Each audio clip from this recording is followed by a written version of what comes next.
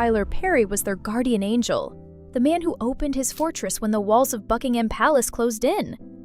He gave Harry and Meghan not just a roof over their heads, but a sanctuary, a private jet, security personnel, a Los Angeles mansion where paparazzi couldn't lurk behind hedges.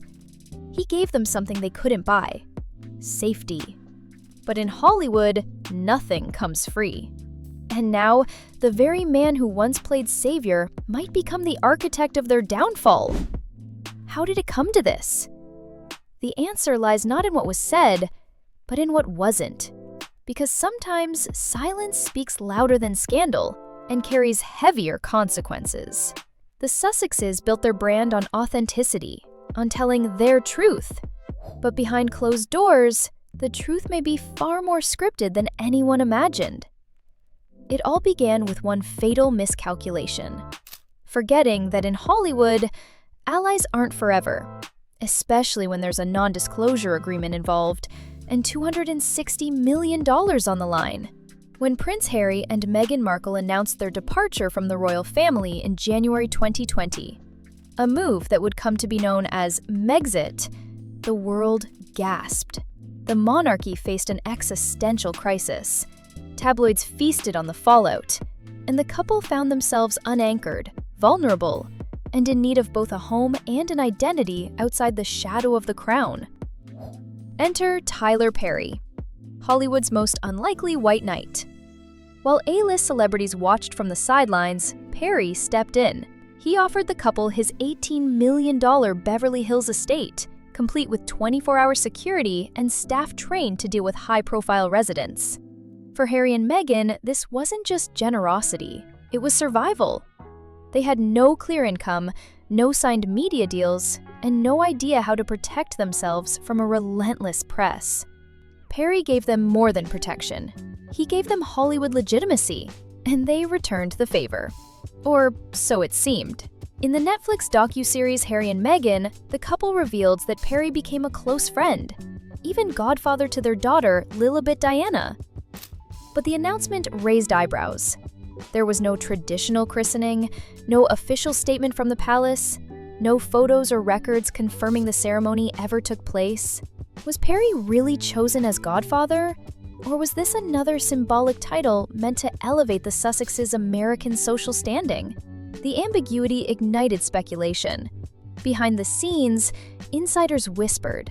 Was this relationship genuine, or a calculated move to embed themselves into the Hollywood elite? And perhaps more importantly, what did Tyler Perry know? Fast forward to 2024. Tyler Perry finds himself embroiled in a jaw-dropping $260 million lawsuit involving alleged corporate mismanagement and intellectual property theft tied to his sprawling media empire. The case quickly becomes one of the most closely watched in the entertainment world. And then something strange happens. The Sussexes, once effusive in their praise of Perry, go completely silent. Mentions of Perry quietly disappear from their Archwell website. Old posts are taken down, not a word is uttered on social media, even as #StandWithTyler trends for days. No statement of support, no visible sign that this once intimate relationship still exists. Was it strategic? Probably. But it may also have been a colossal miscalculation. According to a Hollywood contract attorney familiar with such arrangements, Perry's original agreement with the Sussexes likely included a non-disclosure agreement, a common move when lending homes, staff, or security to high-profile figures. But, like many NDAs, it could contain a mutual respect clause, where one party's silence or public disassociation may nullify the protection. In other words, by ghosting Perry in his time of crisis, Harry and Meghan might have unwittingly opened the floodgates. He could now be legally free to speak. And according to insiders, he has plenty to say. Rumors have swirled for months that Perry possesses damning evidence, voice notes, emails, and transcripts of planning calls, offering a glimpse behind the curtain of the Sussexes' media operations. One source, a former production assistant at Tyler Perry Studios, claims there were Zoom meetings in early 2021 where Meghan rehearsed segments of what would later appear in the Oprah interview. She was workshopping phrases, the source claims. Lines like, "I just didn't want to be alive anymore," were discussed as emotional anchors, meant to land hard and leave a mark. Were these raw truths or carefully rehearsed lines? Emails allegedly show Perry's staff coordinating logistics for the interview, from lighting specs to wardrobe tips to question rehearsals. A particular email exchange, if real, reportedly discusses using the emotion of exile as a thematic frame for their narrative. And what about Harry? According to another source with access to Perry's staff, Harry referred to their royal departure not as a crisis, but as a rebranding opportunity. He allegedly described the Oprah interview as Act 1 in a long-term storytelling arc. If these claims are ever corroborated, they don't just cast doubt on the authenticity of Harry and Meghan's truth, they could open them up to lawsuits. Netflix and Spotify contracts, donor agreements through Archewell, and even public trust hinge on the perception of sincerity. If it turns out their most viral soundbites were pre-scripted for impact, they could face civil liability or reputational collapse. Perry, meanwhile, is said to be sitting on an archive. Digital receipts, recorded calls, footage, and if his NDA is voided, those receipts could become public record in a heartbeat. As news of Perry's legal trouble began to surface, Meghan's Instagram feed became unusually active. Gleaming lifestyle shots, wellness tips, fresh-faced selfies captioned with vague affirmations about resilience and growth.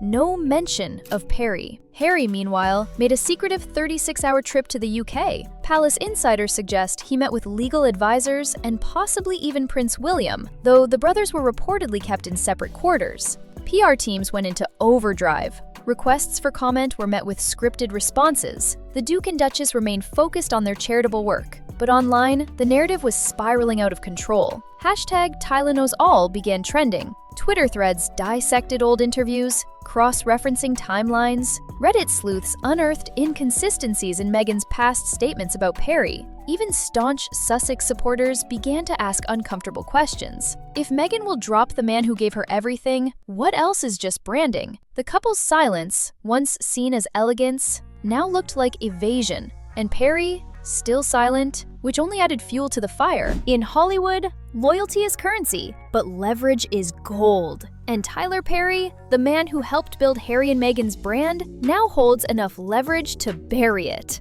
Friends of Perry describe him as fiercely private, but not infinitely patient. According to one producer, if you cross Tyler, he won't hit back publicly, but he'll make sure you never forget why that was a mistake. Perry is also a media mogul. He owns studios, production arms, and distribution channels. He doesn't need Netflix or Spotify. If he wanted to release a documentary, a podcast, even a dramatized mini-series based on what really happened behind the Sussex curtain, he could do it tomorrow. And it would break the internet. This isn't a feud between friends. It's a high-stakes game between image makers. On one side, Harry and Meghan, two people whose currency is their narrative. On the other, a billionaire who helped script Act 1 and might now be tempted to rewrite Act 3. Behind the Sussex's glossy image, cracks are beginning to show.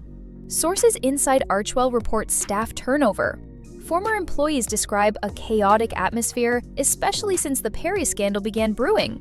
Everything's reactive, one says. We're told not to use Perry's name, even in private. Their Netflix content pipeline is reportedly drying up. After lackluster performance from Harry and Meghan and Live to Lead, future projects are under scrutiny. A children's animated series quietly got shelved, Meghan's podcast was pulled despite winning awards, and donors are asking questions. One philanthropic executive says, "Transparency is everything. If there's even a whiff of dishonesty, people pull out. That's the rule in nonprofit work. All it would take is one leaked email, one unfiltered voice note, one quiet whisper from Perry, and the whole empire could crumble." As of now, Tyler Perry remains silent. Not a tweet, not a quote, not a single leak from his usually airtight circle. But insiders say he's watching, waiting, weighing. If he speaks, the fallout won't just hit Harry and Meghan. It will ricochet across royal history, celebrity culture, and the billion-dollar storytelling industry that now surrounds them. Because Tyler Perry doesn't need revenge, he has something far more powerful: the truth. And in a world built on spin, silence is the most dangerous weapon of all. The clock is ticking. Will Perry stay loyal, or will his silence become the loudest statement of all?